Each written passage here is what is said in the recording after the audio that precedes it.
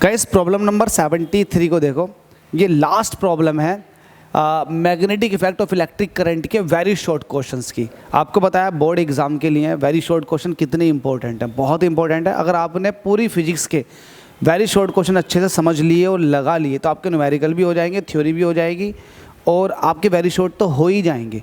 तो आप ऐसा मान सकते हैं कि आपके अच्छे खासे मार्क्स आ सकते हैं अगर आपने वेरी शॉर्ट क्वेश्चन लगा दिए तो। आपके सामने ये वेरी शॉर्ट क्वेश्चन लास्ट है। इससे पहले chapter number 1, chapter number 2, chapter number 3 और चैप्टर नंबर 4, ये 4 चैप्टरों के वेरी शॉर्ट क्वेश्चन कंप्लीट हो चुके हैं। आप जा करके देखें, परेशान ना हो, आपको चैनल पे ऐसे नहीं मिलेगी, आप प्लेलिस्ट के अंदर जा करके देख सकते हैं। अच्छा, इस क्वेश्चन को डिस्कस करते हैं। आपसे कह रहा है which one of the two an ammeter और एन मिली एमीटर। एक आपके सामने एमीटर है और दूसरा क्या है, मिली एमीटर। हमसे कह रहा है कि एक एमीटर है और एक मिली एमीटर है, has higher resistance and Y.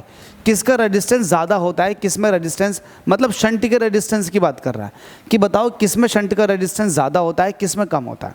तो पहली बात तो आपको वर्किंग समझनी चाहिए। एमीटर क्या होता है, ये भी करंट को मीज़र करता है, और मिली एमीटर क्या होता है, ये भी करंट को मीज़र करता है। दोनों ही करंट को मीज़र करते हैं, ध्यान रखना है। अच्छा, मिली एमीटर क्या होता है, ये स्मॉल वैल्यू ऑफ करंट को मीज़र करता है, जबकि एमीटर जो होता है ये थोड़ी लार्ज वैल्यू ऑफ करंट को मीज़र करता है। ठीक है, दोनों को गैल्वेनोमीटर के थ्रू बदलना है। अब देखिए एमीटर को, अब देखो गैल्वेनोमीटर है उसको एमीटर बनाना है, तो एमीटर तो बड़ी वैल्यू को मीज़र करेगा ना। तो बड़ी वैल्यू को मीज़र करने के लिए जो शंट होता है, जो शंट लगाते हो आप पैरेलल में गैल्वेनोमीटर के, उसका रेजिस्टेंस आपको क्या करना पड़ेगा, लो रखना पड़ेगा, क्योंकि आप ये चाहोगे कि ज़्यादा से ज़्यादा करंट शंट के अंदर से पास हो। ज़्यादा से ज़्यादा करंट शंट के अंदर से पास होगी तो वो लार्ज वैल्यू को मीज़र कर लेगा। क्लियर है, लार्ज वैल्यू को मीज़र कर लेगा, लेकिन उसके लिए आपको शंट के अंदर से ज़्यादा करंट पास करानी पड़ेगी।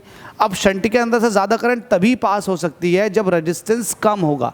तो आपको एमीटर बनाने के लिए, गैल्वेनोमीटर को एमीटर बनाने के लिए शंट का रेजिस्टेंस कम करना पड़ेगा, जबकि मिली एमीटर बनाने के लिए, आप मिली एमीटर बनाओगे तो इसका मतलब स्मॉल वैल्यू ऑफ करंट को मीज़र करोगे।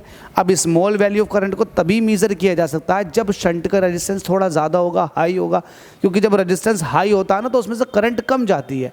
तो आपको मिली एमीटर बनाने के लिए शंट का रेजिस्टेंस थोड़ा हाई रखना पड़ता है। बस ये वाली बात लिखी हुई है, the shunt needed to convert galvanometer into milliammeter. Shunt तो चाहिए गैल्वेनोमीटर को मिली एमीटर और एमीटर बनाने के लिए, लेकिन जो शंट चाहिए उसकी लार्जर वैल्यू चाहिए मिली एमीटर के लिए। रीज़न मैंने आपको समझा दिया, वही सब कुछ इसमें लिखा हुआ है जो मैंने आपको एक्सप्लेन किया। Thank you so much. अगर चीज़ पसंद आ रही हो तो जितना हो सके वीडियो को लाइक और शेयर किया करें। Thank you so much.